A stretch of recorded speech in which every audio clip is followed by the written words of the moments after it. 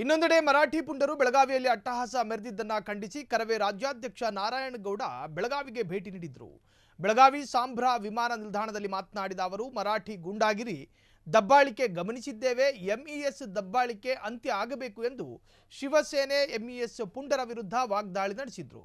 ಇವತ್ತು ಕರ್ನಾಟಕ ಬಸ್ಗೆ ಮಸ್ಕಿ ಚಾಲಕ ಕಂಡಕ್ಟರ್ ಮೇಲೆ ಹಲ್ಲೆ ಮಾಡೋದು, ಇಂತಹ ಪ್ರವೃತ್ತಿಯನ್ನ ನಾನು 28 ವರ್ಷಗಳಿಂದ ನೋಡಿಕೊಂಡು ಬಂದಿದ್ದೇನೆ. ಮರಾಠಿಗರ ಗೂಂಡಾಗಿರಿ ದಬ್ಬಾಳಿಕೆ ಇಲ್ಲಿ ನಡೆಯುವುದಿಲ್ಲ. ನಿಮಗೆ ಮರಾಠಿ ಪ್ರೇಮ ಇದ್ದರೆ ಮಹಾರಾಷ್ಟ್ರದಲ್ಲಿ ಇಟ್ಟುಕೊಳ್ಳಿ. ಇಲ್ಲಿ ಏನಿದ್ರೂ ಕನ್ನಡವೇ ಸಾರ್ವಭೌಮ. ಒಕ್ಕೂಟದ ವ್ಯವಸ್ಥೆಯಲ್ಲಿ ಇರಬೇಕು. ಕರ್ನಾಟಕದ ನೆಲದಲ್ಲಿ ನಿಮ್ಮ ಭಾಷಣ ಸಂಸ್ಕೃತಿ ನಡೆಯಲ್ಲ. ಅದೇನಿದ್ದರೂ ಮಹಾರಾಷ್ಟ್ರದಲ್ಲಿ ಇಟ್ಟುಕೊಳ್ಳಿ.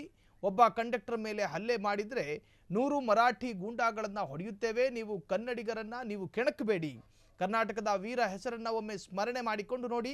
ಕರ್ನಾಟಕದಲ್ಲಿ ಕನ್ನಡದ ಋಣವನ್ನು ತೀರಿಸಬೇಕು. ಕರ್ನಾಟಕದ ನೆಲದಲ್ಲಿ ಇನ್ನು ಮೇಲೆ ಏನೂ ನಡೆಯಲ್ಲ. ಮಹಾರಾಷ್ಟ್ರಕ್ಕೆ ಜೈ ಅಂತೀರಾ, ಆ ಕೆಲಸ ನಡೆಯೋದಿಲ್ಲ. ಭಾರತ ದೇಶದ ಒಕ್ಕೂಟ ವ್ಯವಸ್ಥೆಯಲ್ಲಿ ಇರಬೇಕು.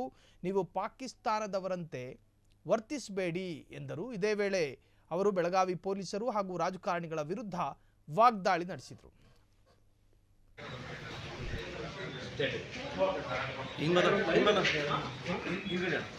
ನಾನು ಪೊಲೀಸ್ ಕಮಿಷನರ್ ಜೊತೆಯಲ್ಲೂ ಮಾತಾಡಿದೆ.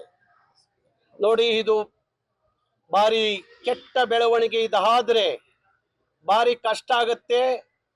ಹಾಗಾಗಿ ಅವ್ರು ಯಾರು ಹಲ್ಲೆ ಮಾಡಿದ್ರು ಪುಂಡ್ರು ಯಾರಿದ್ದಾರೆ, ಹಲ್ಲೆ ಮಾಡಿ ತಲೆ ಮರೆಸ್ಕೊಂಡಿರುವಂತಹ ಪುಂಡ್ರನ್ನ ತಕ್ಷಣ ಬಂಧಿಸಿ ಅವರ ಮೇಲೆ ಗುಂಡಾ ಕಾಯ್ದೆ ಹಾಕಿ ಒಳಗಡೆ ಕಳಿಸ್ಬೇಕು ಅಂತ ನಾನು ನಿನ್ನೆ ರಾತ್ರಿ ಪೊಲೀಸ್ ಕಮಿಷನರ್ ಜೊತೆಲಿ ಮಾತಾಡಿದ್ದೀನಿ.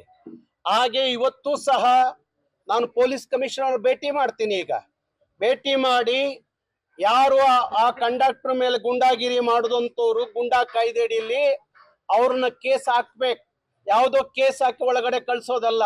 ಹಾಗೆ ನಮ್ಮ ಒಬ್ಬ ಮುಖಂಡರ ಮೇಲೆ ಏನು ಹಲ್ಲೆ ನಡೆದಿದೆ ಆ ಪುಂಡ್ರುಗಳನ್ನೂ ಬಂಧಿಸಿ ಗುಂಡಾ ಕಾಯ್ದೆ ಅಡಿಯಲ್ಲಿ ಬಂಧಿಸಿ ಜೈಲಿಗೆ ಹಟ್ಟುವ ಕೆಲಸ ಪೊಲೀಸ್ ಕಮಿಷನರು, ಇಲ್ಲಿಯ ಪೊಲೀಸ್ ವ್ಯವಸ್ಥೆ, ಇಲ್ಲಿಯ ಜಿಲ್ಲಾ ಅಧಿಕಾರಿಗಳ ವ್ಯವಸ್ಥೆಯಲ್ಲಿ ಆಗ್ಬೇಕು.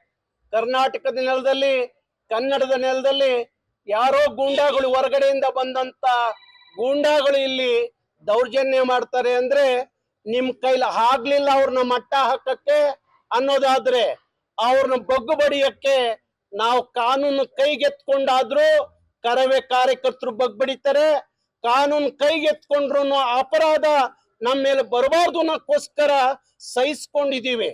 ನೀವು ಪೊಲೀಸ್ನವರು ಇಲ್ಲಿ ಅದನ್ನ ಸರಿಯಾದ ರೀತಿಯಲ್ಲಿ ಅಂತ ಗೂಂಡಾಗಳನ್ನ ಮಟ್ಟ ಹಾಕ್ಲಿಲ್ಲ ಅಂದ್ರೆ ನಾಳೆ ಕಾನೂನು ಕೈಗೆತ್ಕೊಂಡಾದ್ರೂ ಅವ್ರನ್ನ ಮಟ್ಟ ಹಾಕ್ತೀವಿ ಎನ್ನುವ ಎಚ್ಚರಿಕೆಯನ್ನ ಇಲ್ಲಿ ಇಲಾಖೆಗೆ ಕೊಡ್ತಾ ಇದ್ದೀನಿ.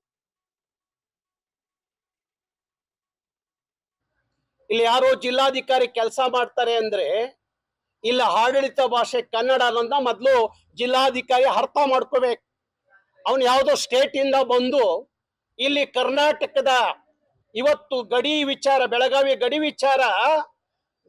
ಗಡಿ ವಿಚಾರ ಇನ್ನು ಸುಪ್ರೀಂ ಕೋರ್ಟ್ ನಲ್ಲಿ ನಡೀತಾ ಇದ್ದಾನಾಗ ಅವರು ದಾಖಲೆಗಳನ್ನ ಸೃಷ್ಟಿ ಮಾಡ್ತಿರುವಾಗ ಎಂಇಎಸ್ ನವರು ಅವರಿಗೆ ಮರಾಠಿಯಲ್ಲಿ ದಾಖಲೆ ಕೊಟ್ರೆ ನಾಳೆ ಕರ್ನಾಟಕಕ್ಕೆ ಭಾರಿ ತೊಂದರೆ ಆಗುತ್ತೆ. ಜಿಲ್ಲಾಧಿಕಾರಿ ಅರ್ಥ ಮಾಡ್ಕೋಬೇಕು. ನಿಮ್ಮ ಎಲ್ಲ ವ್ಯವಹಾರಗಳು, ನಿಮ್ಮ ಕಾಗದ ಪತ್ರಗಳು ಕರ್ನಾಟಕದ ನೆಲದಲ್ಲಿ ಕನ್ನಡದಲ್ಲೇ ಕೊಡಬೇಕು. ಕನ್ನಡದಲ್ಲಿ ಅವರು ತಗೋಬೇಕು. ಅವರು ಮರಾಠಿ ಕೇಳ್ತಾರೆ, ಇನ್ನೊಂದು ಭಾಷೆ ಕೇಳ್ತಾನೆ ಅಂದ್ರೆ ಜಿಲ್ಲಾಧಿಕಾರಿಗಳು ಕೊಡಬಾರ್ದು. ಇಲ್ಲ, ನೀನು ಜಿಲ್ಲಾಧಿಕಾರಿ ನಾನು ಕೊಡ್ತೀನಿ ಅನ್ನೋದಾದ್ರೆ ನೀನ್ ಇಲ್ಲಿ ಕೆಲಸ ಮಾಡಕ್ಕೆ ಸರಿಯಲ್ಲ. ನಿನ್ ಸ್ಟೇಟ್ ಯಾವ್ದಿದೆ ವಾಪಸ್ ಹೋಗೋವರೆಗೂ ಕರವೇ ನಿನ್ನ ವಿರುದ್ಧ ಹೋರಾಟ ಮಾಡ್ತೀವಿ. ಅದು ಆಗೋದು ಬೇಡ. ಆದ್ರೆ ಜಿಲ್ಲಾಧಿಕಾರಿ ಇಲ್ಲಿ ಕನ್ನಡದಲ್ಲಿ ಆಡಳಿತ ನಡೆಸ್ಬೇಕು.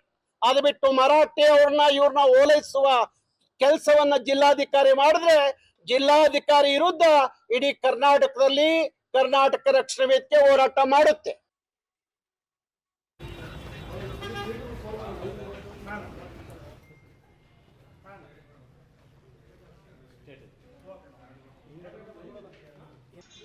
ये आठ हो जाता है।